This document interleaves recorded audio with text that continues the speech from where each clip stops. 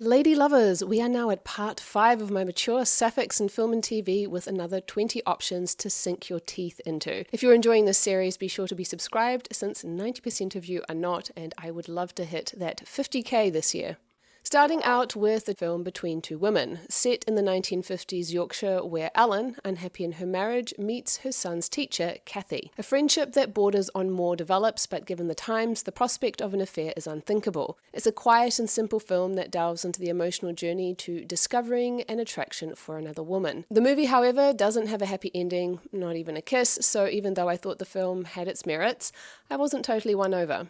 Moonlet Winter also doesn't have the kind of ending that I wanted for the sapphic characters, but this South Korean film was so beautifully atmospheric with some moments of delight, so I find I forgive it more easily. This movie focuses in on the relationship of a mother, Yoon-hee, who holds a deep sadness, and a bright daughter, Se-bum. Despite wanting to, Se-bum can't seem to connect with her mother. When she accidentally intercepts a letter from her mother's first love, she begins to understand her mother more when she discovers that her mother had been in love with another woman in her youth. Hoping to bridge the divide, she arranges for them to travel to Japan where this flame lives in hopes of reconnecting the two women. The cinematography alone makes this a beautiful watch, quite beyond the touching storyline, so I do recommend. For 80 Days is a 2010 Spanish film that is apparently spoken in Basque, the last surviving Paleo-European language spoken indigenously in Europe by about 1 million people in the Pyrenees area, both in Spain and France. The things you learn, so cool. The movie is about two women in their 70s who reconnect after about 50 years, and they rekindle their friendship only to find that the attraction of their youths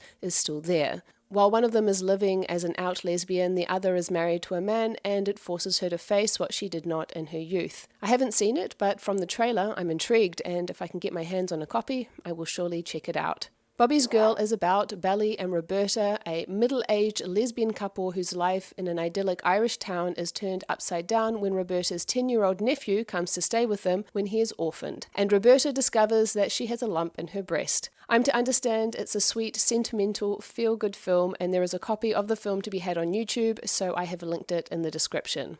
The Bostonians is a 1984 movie that looks at suffragette Olive and a conservative southern lawyer who both seek to win the heart of a young woman, Verena. A passionate friendship develops between Olive and Verena, but given the year that this was made, I would guess it's not a happy ending for us sapphics.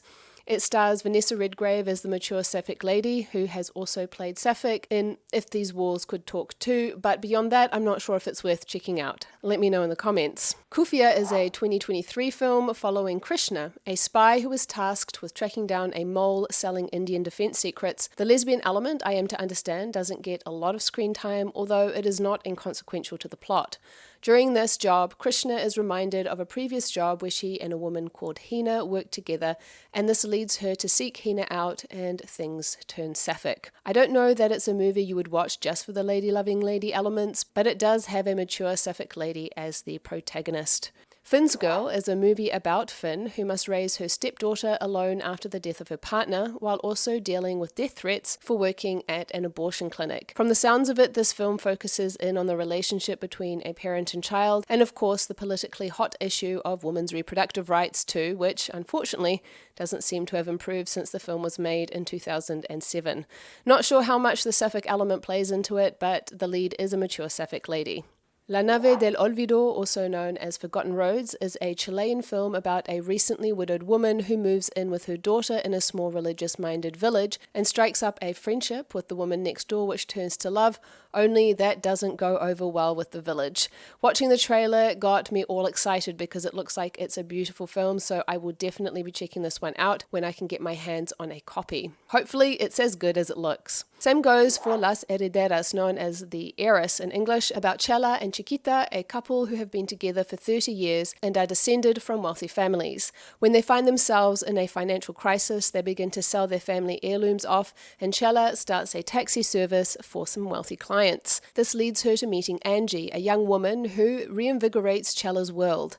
This looks like a quiet, thoughtful film that centers around a deep character study, and I've never seen a film from Paraguay before, so colour me interested on on all fronts. Now, let me briefly cover the following, as I have talked about more of them before on other videos. Boys on the Side, where Whoopi Goldberg plays a lesbian who falls for her best friend. The friend falls ill, and well. But it's a film I really quite enjoy all the same. A Question of Love, which looks at the legal battle over custody for children when a woman moves in with her female lover in the 1970s. I care a lot about a scoundrel of a woman who was involved with dodgy dealings, but she has a tender relationship with her girlfriend, so I forgive her. I don't forgive that ending, though. One Night, about 3 friends who are forced to confront what happened to one of them one night as teenagers. It's a pretty heavy show. Better Than Chocolate, which features a love story between 2 mature sapphic ladies, Judy and Frances, alongside the main sapphic storyline. I was shipping Judy with the mum of one of the other lesbians, though, won't lie. Amy and Jaguar, about 2 women, one of whom is a Jew, find each other in Germany during World War II. Janet King, a TV series following Janet, a senior prosecutor, and the cases she gets caught up in, and she is also a sapphic lady. The Guitar, about a woman who loses her job, her boyfriend, and gets a terminal cancer diagnosis and decides to do what she always wanted to, take up the guitar. She also seems open to some sapphic lady loving. Not sure how much that features into the story, hence this brief mention. La Casa de las Flores, a telenovela spoof that features a storyline between Maria Jose, a transgendered woman who rekindles a romance with her ex-wife after transitioning. Madre Solo e Dos, a TV series where 2 women have their babies switched at birth and as a consequence grow close. Liana, a movie about a married woman who falls for a woman and the impact that this has on her life. Now, I still have enough options of mature sapphic ladies in film and TV to make up one final part, so be on the lookout for that. Until next time, lady lovers.